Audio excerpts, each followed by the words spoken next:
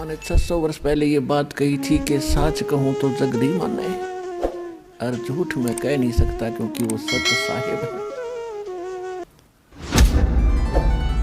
और ब्रह्मा विष्णु ये शिव जी दुखिया जिन्होंने यहाँ का यो सांग जोड़ रखा है इस काल का। फिर कौन बताया सुखी? कहते सुरपति दुखिया, सारी पृथ्वी का भूपति, सारी पृथ्वी का राजा हो जा, वो भी महादुखी। और रंग तो स्वाभाविक दुखी, निर्धन तो वैसे दुखी, उस पर तो सारे कैर टूटे। तो परमात्मा कहते हैं, कह कबीर और सब दुखिया, एक संत सुखी मन जीती हो। संत कोई संत माने संत सोए जो सीधा चले, सत भक्ति करे, सच्चा नाम जाप करे, वो सारे साधु और संत होते। साध संगत उन्हीं को कहते हैं। तो जो भक्त सच्चा नाम लेके और मेरी शरण में आ जाएगा और इस मन पापी न रोक ले, यहाँ की बकवादों की इच्छा ना करे, वो ही सुखी होगा। और फिर उसके साथ भगवान हो गया, और जिसके साथ परमात्मा है तो उसको फिर कष्ट कैसा? जैसे दास ने प्रारंभ में कहा सत्संग के कि एक बार आप इस परमात्मा को समर्पित होकर देखो। काल ने ऐसा जुल्म करवा दिया हमारे साथ में कि कबीर भगवान, और कौन सा कबीर? धारण कर काशी वाला जुला, इसको परमात्मा मानना। इतनी छाती चाहिए आदमी ने, इतना दिल, लेकिन जचा के छोड़ देंगे। Kabir is God.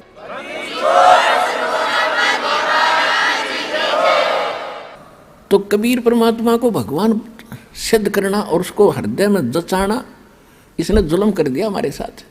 एक 4 ईंट लगा रखी उड़ा कुत्ते मुत्ते, वो भी भगवान है और सारे भगवान है। जंडी भी भगवान और तुलसी भी भगवान, कबीर भगवान नहीं। अरे फूटे भाग हमारे, ऐसे गुरु मिले हमें। तो अब आपको सतगुरु मिल गए और सबके अज्ञान की आज धोती सी धोकर धर दी, इनकी पालिश तार दी। सच्चा ज्ञान आपके हृदय में जचा दिया और जच जाएगा। 9 मन सूत उलझिया, ऋषि रहे जख मारे, सतगुरु ऐसा सुलझा दे भाई, उलझे न दूजी बारे।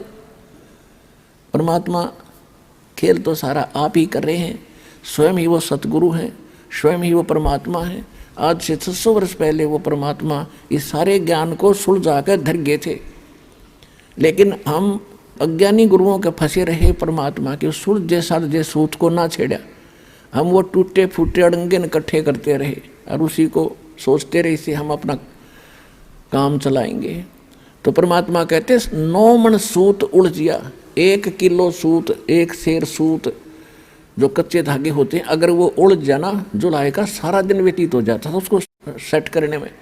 और जब वो टूट जाए, उसमें गांठ पड़े और गांठ लग गई तो कपड़ा बना कर देते थे, तो वो उलाने देते थे, आधी कीमत देते थे कि इसका 6 तो गांठ लगा दी, इतना हम नहीं देंगे इसके पूरे पैसे।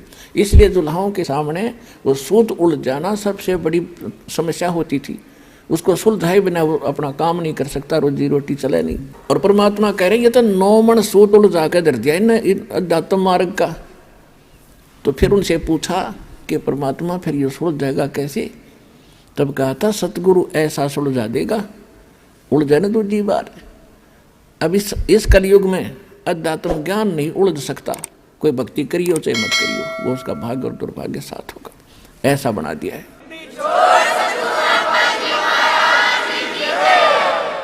अब इस आत्मा को परमात्मा की तरफ जब से उससे विमुख हुई है, जब से इसका परमात्मा से वियोग हुआ है, उसी दिन से इसने भगवान की आवश्यकता महसूस हो रही है। फिर इससे हटकर फिर इन्होंने सोचा ये तो बताए। फिर इस आत्मा ने सोचा कि जंगलों में भगवान मिलेगा, वहाँ भी राजपाट त्याग कर चले गए।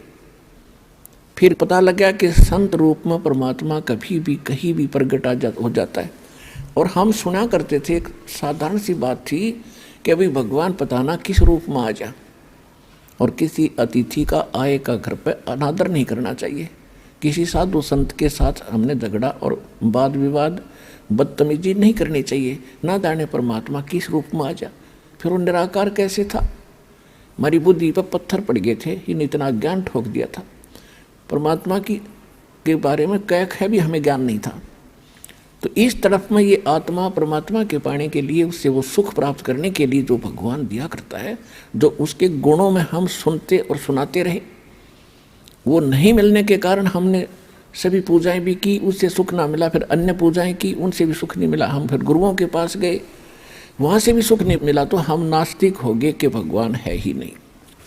लूटो खसोटो पाप करो, किसी तरह पैसा मिलो, कोठी बनाओ और बड़ी आसान शौकत बनाओ, या भूल और कर ली हमने, कर्म बिगाड़ दिए। और काल भगवान यही चाहता है, ये कितनी बकवाद करो, भक्ति करो तो झूठी करो और नकलियों की शरण में रहो, और सतगुरु शरण इनको मिले नहीं। 600 वर्ष पहले भगवान आए रहे, सारे संसार को न जहाज में बैठा कर ले जाते, एक बार में ही, बार दूसरी बार की तो बात खत्म, और हम फिर इतने वंचित रख दिए नकली गुरुओं ने। तो परमात्मा ने आज ये दया करी, आपको शिक्षित किया। पुण्यात्माओं, या शिक्षा इस मानव की सबसे बड़ी दुश्मन है। इसने अहंकारी, अभिमानी, चोर और बेईमान बना दिया हमारे को, हमारी सारा नैतिकता खत्म कर दी। आप पीछे 3 युग देख लो, और 1950-60 से पहले, 50 से पहले के अपना भारत देख लो, कितने शिक्षित थे, कितनी नेक नीति थी, कितने सद्विचार थे, और आज कैसी आग लग रही है। यह माया माया दिखाई देती है, और ये माया से जीव की सबसे बड़ी शत्रु है। कुछ दिनों में आपका कति समझ में आ जाएगी। अब जब हमारे साथ परमात्मा हो जाएगा तो माया आपके चरणों में रहेगी। माया दासी संत की उभय दे आशीष, विलसी और लातों छड़ी, सुमर सुमर जगदीश। कहते ये माया भगत की दासी हो जाएगी, चरणों में पड़ी रहेगी, और राम नाम रटते रहो, और इसके निशान छड़ो, यानी खूब प्रयोग करियो, आपका आज्ञा पड़ी रहेगी, और किसी तरह खर्चियो और खाइयो, लेकिन दुरुपयोग नहीं चलेगा। दान करें, आवश्यकता अनुसार प्रयोग करे, बाकी दान करे, भगवान के चरणों में ला दे, और किया हुआ दान कभी व्यर्थ नहीं जाता। एक बहुत बड़ा मजबूत जहाज बनता है दान का। गरीबदास जी परमात्मा से प्राप्त ज्ञान को कहते हैं कि धर्म का नाश नहीं होता, चाहे विनाश से तीनों लोकों का नाश हो जाएगा। आपके द्वारा किए गए इस विधिवत पुण्य, शास्त्र अनुकूल, सुपात्र को दिए हुए दान धर्म और पुण्य किए हुए, ये कभी विनाश में नहीं आते, आपके लिए जहाज बढ़ जाएगा। कहते हैं परमात्मा से पूछा किसी ने कि धर अंबर सब जावेंगे और विनसेंगे कैलाश, एकम एका होवेगा तब कहाँ रहे तेरे दास। धरती अंबर जान दे और विनसन दे कैलाश, एकम एका होण दे मेरे आश्रय रहे मेरे दास। कि मेरे भक्त मेरे द्वारा बताई गई इस विधि और इस धर्म पुण्य के जहाज में बैठ के और ऐसे रहेंगे जैसे नौका जल के ऊपर रहा करती है। ये धर्म के कारण ये विनाश में नहीं आएंगे।